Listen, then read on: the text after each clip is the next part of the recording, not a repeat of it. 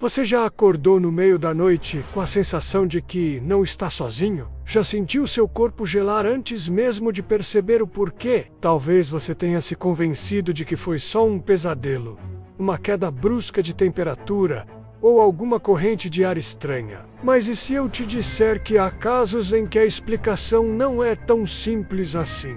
A história que você vai ouvir agora não tem monstros gritando, nem sombras correndo pelos cantos. Ela é silenciosa, contida, fria, e é justamente isso que a torna tão perturbadora. Porque às vezes, o verdadeiro terror não está nos gritos, mas no silêncio gélido que se instala onde antes havia vida. É em uma cidade pequena, dessas em que todos parecem se conhecer, vivia um homem chamado Renato, 42 anos, divorciado, sem filhos. Trabalhava como técnico em refrigeração, o que, ironicamente, tornava tudo ainda mais simbólico.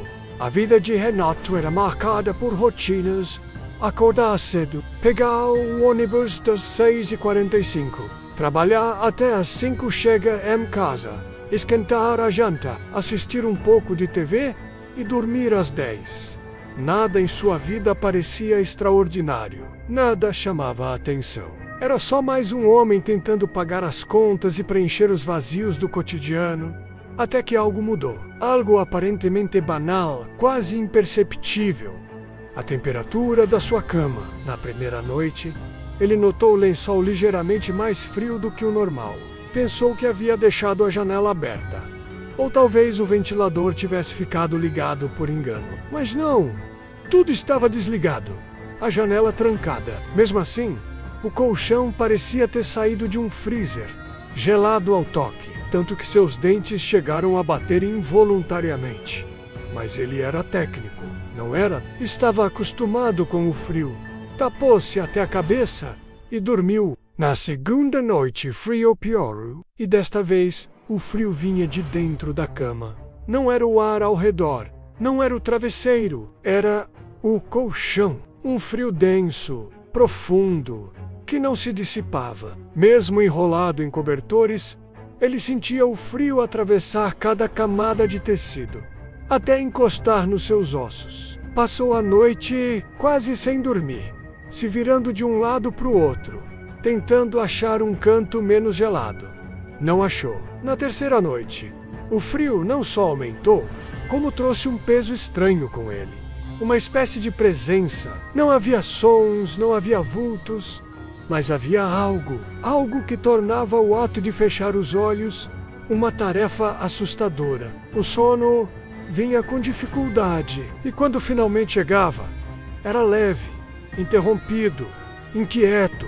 Renato acordava a cada hora, sentindo o colchão mais gélido do que antes, como se estivesse afundando lentamente em um bloco de gelo. Foi nessa noite que ele teve o primeiro sonho. No sonho, ele estava deitado exatamente na sua cama, mas não conseguia se mover. Era como se estivesse congelado. Uma figura estava de pé aos pés da cama. Não tinha rosto, nem forma definida. Era escura, alta, imóvel. Ele tentava gritar, mas nada saía. Só sentia o frio aumentando, consumindo-o de dentro para fora. Acordou suando, mas com o corpo trêmulo de frio. Na manhã seguinte, olhou para o colchão com estranheza. Colocou a mão sobre ele, gelado, como se alguém tivesse acabado de sair dali. Alguém com o corpo morto há dias. Resolveu investigar. Levantou o colchão. Nada.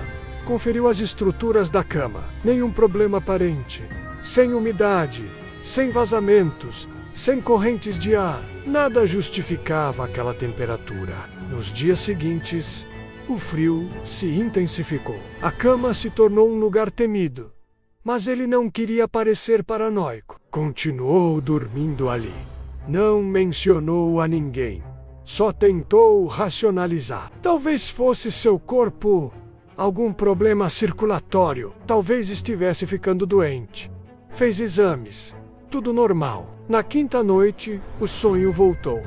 A mesma figura, a mesma paralisia. Mas agora, havia sussurros. Não conseguia entender o que diziam. pareciam vir de todos os cantos do quarto. Uma língua desconhecida, frases entrecortadas, uma sensação esmagadora de desespero. Quando acordou, o colchão estava tão frio que a superfície do lençol estava úmida, como se tivesse sido exposta a um congelador industrial. Decidiu dormir no sofá, passou a noite inteira lá e dormiu bem. Achou que fosse o fim daquilo, mas na noite seguinte, mesmo no sofá, sentiu o frio começar a se aproximar. Primeiro nos pés, depois nas pernas. E então, no meio da madrugada, acordou com uma dor intensa na lombar, como se algo tivesse agarrado suas costas com mãos de gelo. Levantou assustado e correu para acender a luz. Nada ali, mas o frio ficou, como se uma parte dele tivesse sido arrancada e deixada para trás. Foi até o quarto. A cama estava perfeitamente arrumada, mas o lençol que ele não tocava há dias agora estava desarrumado, como se alguém tivesse dormido ali. Renato começou a ter lapsos de memória, pequenas confusões de tempo.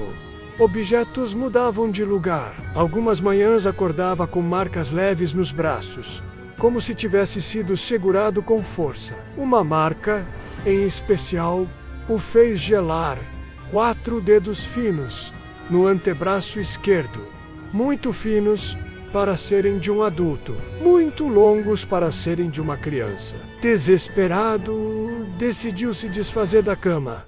Jogou o colchão fora, deu a estrutura da cama para um vizinho. Comprou um novo conjunto, novinho, com garantia.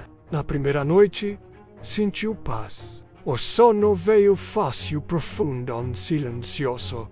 Mas na segunda noite, frio voltou. Dessa vez, não era o colchão, era o próprio ar, como se algo se arrastasse debaixo da casa, invadindo por frestas invisíveis, até se infiltrar novamente em seus ossos.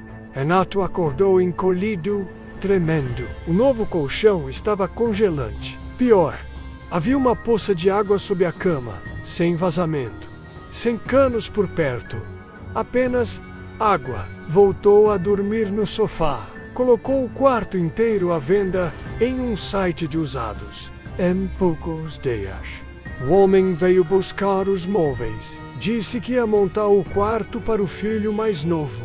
Renato hesitou, mas não quis parecer louco. Apenas entregou tudo e se despediu daquele ambiente que por semanas drenou sua sanidade. Mas a história não terminou aí. 2 semanas depois, enquanto voltava do trabalho, recebeu uma ligação de um número desconhecido. Era a esposa do homem que havia comprado a cama. Ela falava de maneira nervosa, perguntando o que havia de errado com o móvel.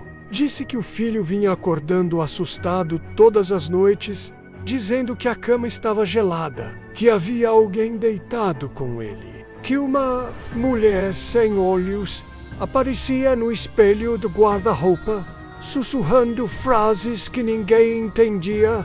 Renato desligou. Não sabia o que dizer. Não havia explicação lógica. E no fundo ele sabia que não importava mais onde estivesse a cama, porque o frio não vinha da estrutura.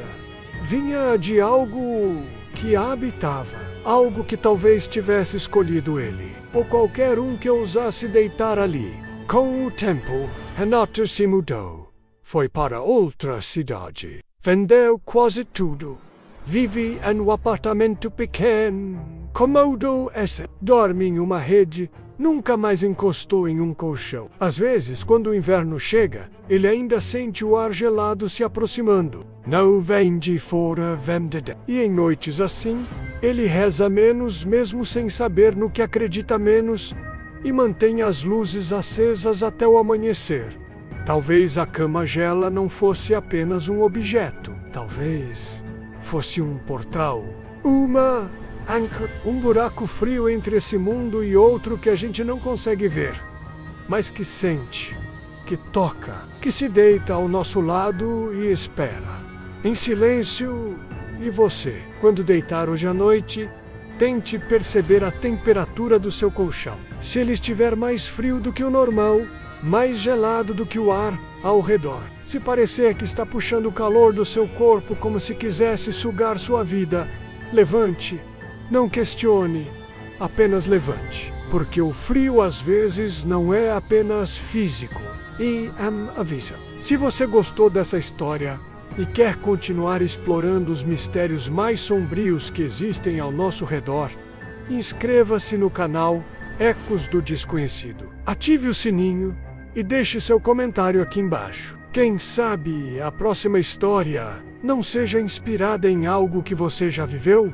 Boa noite e durma bem. Sei.